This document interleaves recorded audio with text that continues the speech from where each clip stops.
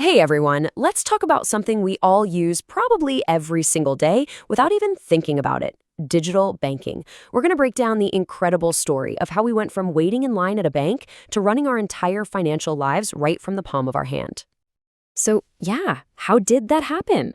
How did we get from actual human tellers and paper checks to, sending money to someone across the country in an instant? Let's trace the journey. Think about it. It really wasn't that long ago that banking was a chore. You had to go during their hours, 9 to 5, deal with paper, and just wait. Today, it's instant. It's 24/7. It happens wherever you are. The shift has been absolutely massive. To really understand how we got here, we've got to rewind the clock. Back before the internet was even a thing. Believe it or not, the first baby steps of this whole revolution were actually mechanical. It started with machines that began to pry banking away from the actual bank building. It all kicked off in the 1970s with the ATM, the automated teller machine. Game changer. For the very first time, you could get your own money without talking to a person. Then, in the 80s, we got the first taste of home banking. You'd use this clunky dial-up modem, that awful screeching sound, just to check your balance. It was slow, sure, but it was a little glimpse into the future. But those early steps? That was just the opening act. The 1990s brought the main event, the internet. And this was the catalyst that would totally flip the script on banking, turning it from a place you go to into a thing you do. This was the moment. The World Wide Web shows up, and it's not just for sending emails or looking up stuff. Its whole purpose was to connect networks, which, when you think about it, is the perfect tool for an industry that's all about moving data about money. And you'd think one of the big mega banks would have gone first, but nope. In 1994, it was the Stanford Federal Credit Union that took the plunge. They offered the very first internet banking service, and that one move just set the stage for everything that came after. Once that door was kicked open, you bet the big players rushed in. Bank of America, Wells Fargo, Citibank, they all launched their own online portals. And just like that, online banking went from being this weird little experiment to a feature you just expected to have. So the internet got banking onto our desktops, which was huge. But the next big wave of innovation was about to take it off the desk completely and put it right into our pockets. This is where things got really personal.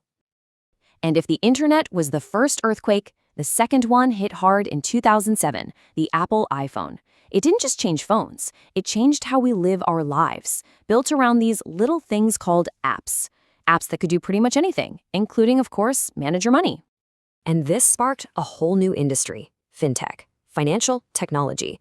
This wasn't just the old banks making an app. See, the traditional banks were kind of slow on the uptake, and that created this huge opening for tech companies to swoop in and build financial tools from the ground up, designed to be way faster and easier to use. I'm sure you know these names. Apps like PayPal, Venmo, and Cash App completely changed the way we exchange money.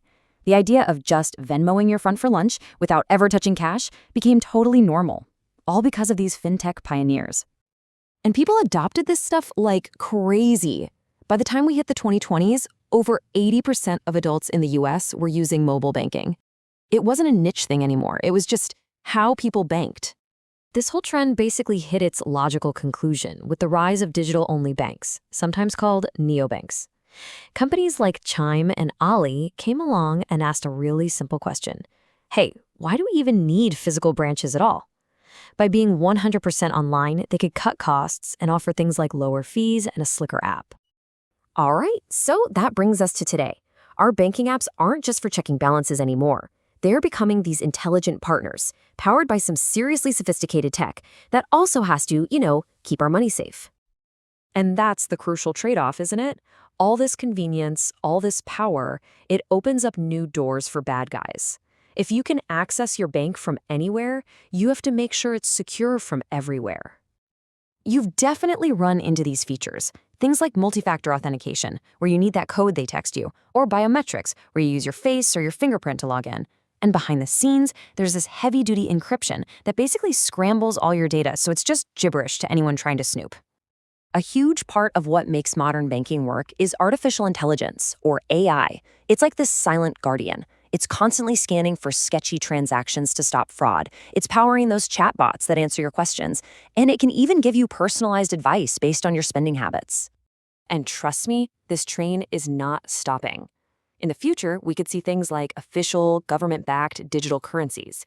There's also this big push for open banking, which would let you securely share your bank data with other apps to get better deals on loans or find new ways to budget.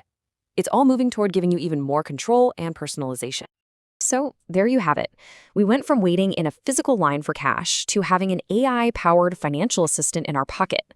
It really leaves you with a final thought. As these tools get smarter and smarter, what's the next job you're going to let your bank do for you? Thanks for tuning in.